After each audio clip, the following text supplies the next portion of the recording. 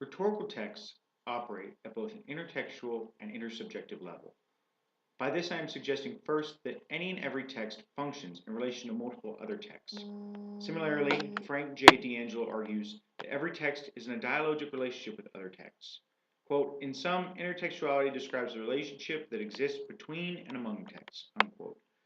Secondly, I am suggesting at the intersubjective level that texts not only operate in relation to one another, but also operate intersubjectively between people, shaping and constraining the meaning of a shared social reality. As Danny Cavallero points out, quote, if texts are intertextual, subjective, i.e., personal or individual responses to texts, are intersubjective. That is, dependent on how each person's interpretation of the world interacts with the interpretations imposed by other people within the codes and conventions of a community, and is accordingly endorsed or rejected, unquote. Indeed, texts operate both in relation to one another and in relation to the subjects who come across, interact with, and are changed by them.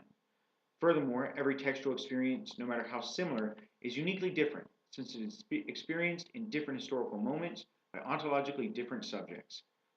As such, I would argue that the textual relationships that we develop are rhetorically experienced by subjects, negotiating and relating to the meanings of those relationships.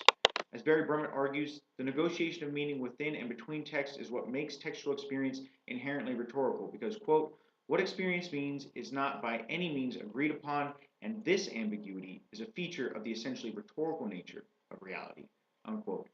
What is more, the catalyst for the negotiation of meaning, as Brummett points out elsewhere, is itself intersubjectively rhetorical because, quote, people construct mosaics so as to help them order their personal and political lives advantageously, and thus link private concerns to political problems, unquote. All of this research is to suggest then that rhetorical textual experiences exist in dialogue with other textual experiences, as well as with the textual experience of others. Although there is a breadth of research that elucidates these understandings further, there is little research in rhetorical criticism that attempts to discuss these understandings and process of meaning making from such a relational viewpoint. As such, I am still left wondering how do and should rhetorical critics relate to and with rhetorical texts? How does and should the rhetorical critic come to know the meaning of a text and why that meaning is significant?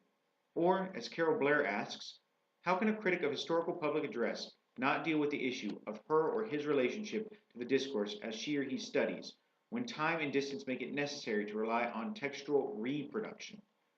In this project, I argue that rhetorical criticism suffers from a lack of critical dialogic reflexivity on the part of the rhetorical critic, and that new methods of investigation and criticism are required in order to address this lack. It was Charles E. Morse III who first brought to my attention this lack, arguing that rhetorical critics might benefit from engaging in a practice of, quote, critical self-portraiture, unquote, that manifests the critic in context. Such a practice, quote, requires that with new candor, we as rhetorical critics acknowledge and articulate ourselves as inevitably implicated in the materiality of discourse, in context, and that we fear not the critical exhibitionism that for too long has been hampered by academic drag, unquote. I would agree. Rhetorical criticism is in dire need of discussion and investigation that seek to elucidate the self as rhetorical critic engaged in dialogic and meaningful relationship with our shared textual experiences.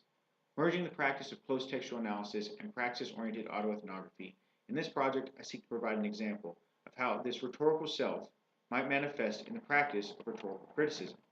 To assist me in providing such an example, I analyze the relationship I have developed with the literary text of social consequence, Louise Erdrich's The Roundhouse. I feel that Erdrich's novel is particularly salient for this project for two reasons.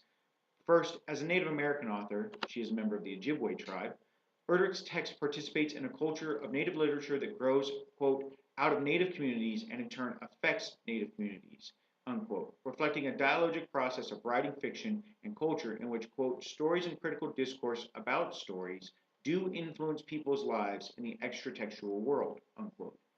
As such, I understand the Roundhouse as more than mere fiction, and in fact, that the Roundhouse as a novel provides a way of engaging in dialogue about the way that Native American culture, the way that US American culture, and the way that those two interact in a social setting. Interacting with other novels by Native authors, by Louise Erdrich herself, as well as within this broader social forum, the Roundhouse engages dialogues about Native life on the reservation, ritual and ceremony, familial and romantic love, as well as about issues of domestic abuse, sexual assault, land rights, and class and legal inequity. But beyond the intertextually dialogic nature of the novel, the Roundhouse and Erdrich are both uniquely important for this project, as this particular story intersubjectively relates with my own lived experience. As a man whose childhood and teenage years were ruptured by sexual assault within our family, Erdrich's novel became a pedagogical text in my own life, a point with which other scholars have acknowledged is emblematic in Erdrich's writing overall. As David Stirrup distantly acknowledges, Erdrich's fiction is inherently pedagogical, quote, instructing her readers in aspects of Ojibwe culture, as well as the historical circumstances of the area and period in which her books are set, unquote.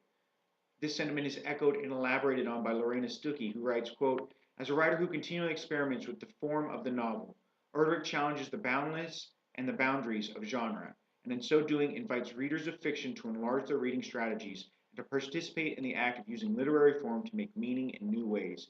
Erdrich's novels, written from a multicultural perspective, offer readers an opportunity to arrive at new understandings of meaning encoded in different cultures, and to appreciate the significant differences in assumption that underlie Native American and Euro-American culture. Unquote. Indeed, I believe that the Roundhouse for me and potentially for others serves as pedagogical function at an intersubjective level, providing insight and nuance to discussions over sexual assault and how families cope in its destructive wake. In my analysis, I draw out key themes which elucidate my own understanding of sexual assault and how families cope with it. Themes such as animated death and resurrection, as well as commanding silence and voice. Weaving my own narratives of experience with assault throughout my analysis of these themes, I distinguish, elaborate, and further examine these coping strategies, their similarities and differences with my own experiences, and the ways in which they instruct readers. For example, in one scene, the narrator, 13-year-old Joe Coots, whose mother Geraldine is raped, attempts to bring Geraldine out of a death-like stasis she has transitioned to after the attack. After spending the morning planting flowers that might bloom and bring Geraldine out of her stasis, Joe tends to Geraldine, who is upstairs in her room. But he describes his mother as withering away, like a plant without nutrients.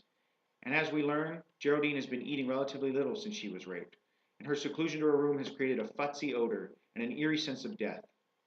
As the scene progresses, Joe grows frustrated in his mother's silence and the lack of responsiveness. He begins to badger her and to talk her into trying to help him track down the rapist.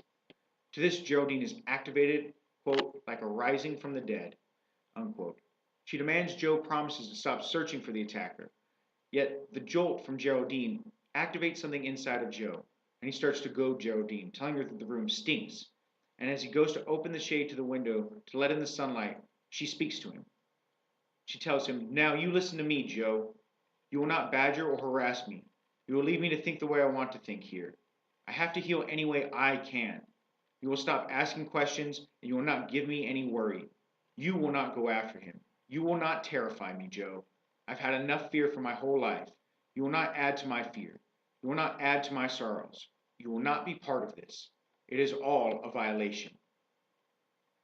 Admitting you are the victim of sexual abuse is difficult because the response by others is always unexpected.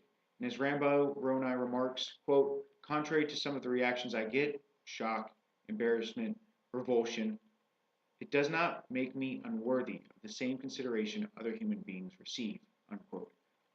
But also, it does not make me any more worthy. Admitting that you are the victim of sexual abuse is a constant reminder of the powerlessness you feel in that situation, a reminder that trust, vulnerability, and fear are part and parcel with each other, and a reminder that it takes love to allow yourself to be abused. Admitting you are the victim of sexual abuse, even when you are not subjected to the abuse directly, makes you feel unworthy and makes you feel like you are stealing the space for healing of the soul of others. In all its complexity and difference, each time I admit I am the victim of sexual abuse, I often feel reduced to a statistical number that represents either the failures or the triumphant. Other people get to decide which story is mine and the affective modalities I should experience.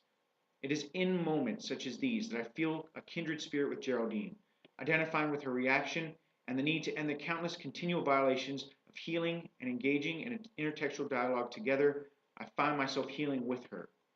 Yet I am also 13 years old and Joe in these moments, learning from the times when I can remember pestering my mother or suggesting to my sister that I needed to know what had happened and why my father had done the things he did. It was the silence around the issue that brought out my guilt for not paying attention, for not listening to what was being said, for not having stopped it before it could have ever gotten out of hand. By playing out the pain of silence as well as the undesirability of voice, Louise Erdrich stylistically weaves a tapestry of meaningful lessons into and through my own lived experiences. By animating Geraldine's death-like stasis, as well as her eventual resurrection, Erdrich instructs the reader to acknowledge that there are many victims of sexual abuse, and that although all forms of suffering and coping ought be acknowledged, the authority, narrative, and self-needs of the most immediate victims are often considered equal instead of considering them as they ought be first and foremost. So it is with rhetorical criticism. Often the critic finds it the most important to locate their authority, their narrative, and their self within their argument about the text or artifact. Instead, we might consider listening more to our relationships with these texts, trying to see ourselves as engaged in dialogue with our textual experiences, always learning and celebrating the difference of our own lived experiences. As such, I believe Bonnie J. Dowd puts it best when she writes that, quote, "If it is the case that criticism is that which critics do, then many of us create texts and context. We novelize theory and method, we do our work with the authority and creativity of artists, yet too often we deny it to ourselves and others, taking refuge in the language of discovery and searching for a new world in which our claims will be made certain." Unquote. Instead of denying the ambiguity of our readings, we should embrace the ambiguity, seeking to theorize ourselves in relation to the textual relationships we develop, demonstrating critical dialogic reflexivity.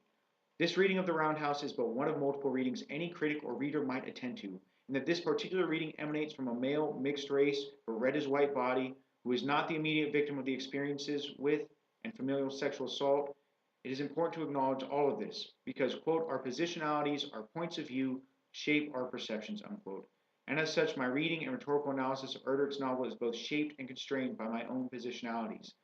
As I interweave my own experiences with the analysis of the Roundhouse, I seek to continue acknowledging these positionalities because, borrowing from Sam McKegney, quote, "As a non-native critic, I simply do not inherit the adverse social impact my critical work might engender, and this, it seems to me, impacts the way my work functions and is something about which I must remain critically conscious," unquote. So here's my hope. The practice-oriented autoethnographic approach in rhetorical criticism might foster a critical conscience to sustain dialogue and critique.